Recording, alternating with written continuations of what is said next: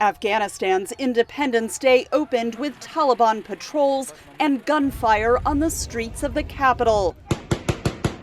While Afghans desperate to escape Taliban rule flooded the border with Pakistan and surrounded the airport in Kabul, vying for limited spots on evacuation flights.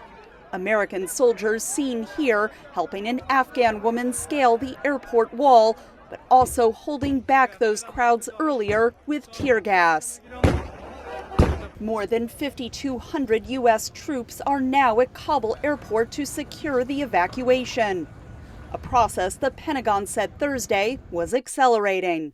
We intend to maximize each plane's capacity. We're prioritizing people above all else, and we're focused on doing this as safely as possible with absolute urgency. In a 24-hour period that ended Thursday, 2,000 Americans and Afghans were evacuated, far short of President Biden's goal of up to 7,000 a day.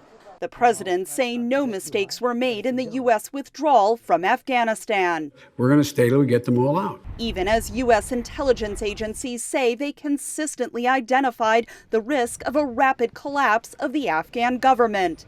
Washington has not recognized the Taliban as the new government of Afghanistan, an issue discussed Thursday by Secretary of State Antony Blinken with his G7 counterparts. The international community's relationship with the Taliban will depend on their actions and not their words. And while Afghan girls return to school in some parts of the country, such as this school in Herat, top U.S. lawmakers warned the U.S. should not blindly accept the Taliban's promises to treat women fairly. We have to make this a subject of the greatest transparency, shining the biggest, brightest light on what the Taliban may do.